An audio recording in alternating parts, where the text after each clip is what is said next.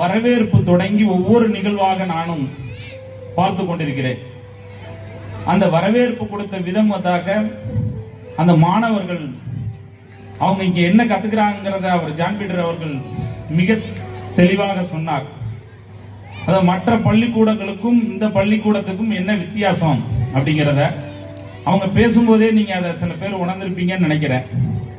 அவங்க வரவேற்பு கொடுத்ததுல இருந்து இந்த ஸ்டேஜில் வந்து எங்களை அமர வச்சு எங்களுக்கு ஒவ்வொருத்தருக்கும் பொன்னாடை போத்துனாங்க. அந்த பொன்னாடையில் கூட அந்த காதி ஆடையைத்தான் உடுத்தி அழகு பார்க்கிறார்கள். அடுத்து இங்கே ஆடிய மாணவர்கள் எல்லாம் தமிழ் பற்றுடனும் மிகுந்த, அதாவது அவர் தமிழ் மீடியம் ஸ்டூடெண்ட்ஸ் எப்படி மாணவர்கள் எப்படி பண்ணுவாங்களோ அந்த மாதிரி தமிழ் பற்றோட தமிழ் பாடல்களுக்கு மிக சிறப்பாக ஆடினார்கள். ஆனால் அவர்கள் ஆடும் பொழுது பெற்றோர்களாகிய நீங்கள் ஒரு எந்தவித ரியாக்ஷனுமே உங்கள்கிட்ட இருந்து இல்லை. ஏதோ டிவி பார்க்கும்போது நயன்தாரா, ஜோதிகா இவங்கெல்லாம் ஆடும்போது, அந்த சூப்பர் சிங்கர்ஸ் ஆடும்போது பயங்கரமா அதை ரசிச்சும் கைத்தட்டியும் பாக்குறீங்க. நம்ம பிள்ளைங்க அதை விட அழகா ஆடுறாங்க. நான் கண்டினியூவா பாக்குறேன். ஒரு 20 நிமிஷம் ஆடி இருக்காங்க. இந்த மாதிரி எல்லாம் சினிமாவிலையோ டிவியில நீங்க பாக்குறவங்க எல்லாம் ஒரு 20 நிமிஷம் தொடர்ந்து ஆட முடியுமான்னா முடியாது. அங்க வந்து கொஞ்சம் கொஞ்சமா ஆட வச்சு அதை அப்படியே கட் பண்ணி பேஸ்ட் பண்ணி சேர்த்துதான் ஒட்ட வச்சுதான் ஆடி பாக்குறோம். இந்த நம்ம பகுதி மக்கள், நம்ம கிராமத்தை சார்ந்த நம்ம மாணவ செல்வங்கள் ரொம்ப சிறப்பா ஆடுறாங்க. அதாவது நானும் பாக்குறேன் 20-25 நிமிஷம் இருக்கும்னு நினைக்கிறேன். அதுல வந்து பாத்தீங்கன்னா ஒரு 4-5 பேர் பாத்தீங்கன்னா கண்டினியூ அடுத்தடுத்து ஆடுறவங்களோட ஜாயின் பண்ணி ஆடுறாங்க. அதே போல பேசும்போது பாத்தீங்கன்னா ஒரு இங்கிலீஷ்ல நடக்கிற அந்த நாடகங்கள் சினிமாவில் என்ன மாதிரி நடந்துக்குவாங்களோ அந்த மாதிரி பண்றாங்க. ஏன்னா நம்ம ஃபர்ஸ்ட்ல கூட நினைச்சேன் நான் அதிகமா தமிழ் தான் பேசுவாங்க போல இருக்கு, தமிழ் தான் சொல்லி கொடுப்பாங்க போல இருக்குன்ட்டு. அதனாலதான் தமிழ் பாடல்கள் தமிழ் நல்லா எழுதியிருக்காரு சாருன்ட்டு. தமிழை விட அதிகமா இங்கிலீஷும் ஹிந்தியும் பல மொழிகள்ல பேசுறாங்க. இதெல்லாம் பார்க்கும் பொழுது நமக்கு என்ன தோணுதுன்னா, ஃபாதர் ஜான் பீட்டர் அவர்கள் நம்ம தமிழ் பற்று எந்த அளவுக்கு அவருக்கு இருக்கு, அதனால நாங்க சளைத்தவர்கள் இல்ல, எல்லா லாங்குவேஜ்லயும் ட்ரைனிங் கொடுக்க முடியும் அப்படிங்கறத ரொம்ப தெளிவா இதுல உணர்த்திருக்காரு. இப்ப இங்க நிறைய பேர் நம்ம பெற்றோர்கள் நினைக்கிறது என்னன்னா, எது அதிகமா ஃபீஸ் கட்டுறாங்களோ அந்த பள்ளிக்கூடம் தான் நல்ல பள்ளிக்கூடம், மற்றதெல்லாம் கொஞ்சம் தகுதி குறைஞ்சு இருக்கும் அப்படிங்கறத இன்னைக்கு நடந்த நிகழ்ச்சி வந்து அதுக்கெல்லாம் இங்க சளைத்தவர்கள் இல்லை. எல்லாரும் நம்ம விவசாயம் பண்ற ஒவ்வொரு குடும்பத்திலிருந்து வந்த ஒவ்வொரு மாணவர்களும் திறமையானவர்கள், என்ன வேணாலும் கத்து கொடுத்தா கத்துக்குவாங்கிறத இங்க வெளிப்படுத்துது. சில பெற்றோர்களுக்கு என்ன நினைக்கிறாங்கன்னா, அம்மா அப்பா படிச்சிருந்தாதான் பிள்ளைங்க வந்து படிக்கும், அவங்க ட்ரைனிங் கொடுத்தாதான் படிக்க முடியும் அப்படிங்கிற தவறான எண்ணத்தை நினைச்சிட்டு இருக்கோம். நிறைய பேர் நம்ம சார்ந்தவர்களே, நம்மளோட உறவினர்களே, நண்பர்களே சொல்லுவாங்கல்ல, அவங்க அம்மா அப்பா படிக்கல அதனால பிள்ளைங்களும் படிக்காது அப்படிங்கிற எண்ணத்தை கொண்டு வந்துடுறாங்க. இப்ப நான் அந்த ஸ்டேஜ்ல பார்த்தவங்க எல்லாம் பார்க்கும் பொழுது யாருமே பெரிய படித்தவர்களோட பிள்ளைங்களோ இல்ல பெரிய பணக்காரர்களோட பிள்ளைங்களோ இங்க வந்து அவங்களோட ஸ்டேட்டஸை காமிச்சு அவங்க சொல்லி கொடுத்ததுல எல்லாம் இங்க வந்து அவங்க சொல்லல. இங்க இந்த பள்ளிக்கூடம் மட்டும்தான் சொல்லி கொடுத்துருக்குங்கிறத நான் ஆணித்தரமா இந்த இடத்துல இருந்து நான் சொல்றேன். இந்த ஆசிரியர்களை நான் தலைவணங்கி பாராட்டுகிறேன். ஏன்னா நம்ம பாக்குறோம், நம்ம இங்க உள்ள வந்ததுல இருந்து இங்க ஒர்க் பண்றவங்க ஒவ்வொருத்தர் முகம்லாம் எனக்கு தெரியுது. அவங்க இந்த பகுதியை சார்ந்தவர்களா தான் பெரும்பாலும் இருக்காங்க.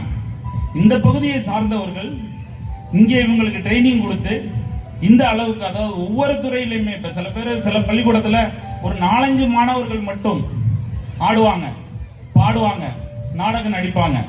நான் பாக்குறேன் கிட்டத்தட்ட ஒரு ஸ்டேஜே நிறைய லெவலுக்கு ஒவ்வொருத்தரும் பாடுறாங்க, ஆடுறாங்க. அந்த எக்ஸ்பிரஷன்லாம் உண்மையிலே சொல்ல முடியல. அவங்களெல்லாம் நான் வந்து அந்த சின்ன குழந்தைங்களா இருக்கிறதுனால அப்படி கொஞ்சம் ஆசை வருது. அந்த அளவுக்கு அவங்களோட அந்த எக்ஸ்பிரஷன்லாம் ரொம்ப எப்படி சொல்றதுன்னு தெரியல. என்னோட சந்தோஷத்தை பகிர்ந்துக்க முடியாத லெவலுக்கு இருக்கேன். ஏன்னா நம்ம பகுதியில் இப்படி ஒரு பள்ளிக்கூடம் இருக்கிறது நமக்கு எல்லாம் பெருமை. இத்தகைய இந்த நிகழ்ச்சியில் எங்களை அழைத்து அழகு பார்க்கும் அவர் உண்மையிலே ஒரு மாமனிதர். இப்போ நம்ம வந்து பாத்தீங்கன்னாக்க சிங்கம் புலி இது காட்டுல இருக்கு, அதுல சிங்கத்தை நம்ம வந்து ராஜாங்கிறோம். புலியை வந்து பாத்தீங்கன்னாக்க புலி வந்து சிங்கத்தை விட எந்த வகையிலும் குறைச்சதில்ல. இப்ப இந்த கொடிகள் எல்லாம் பாத்தீங்கன்னா புலி கொடி தான் போட்டிருப்பாங்க, சிங்க கொடி போட்டிருக்க மாட்டாங்க.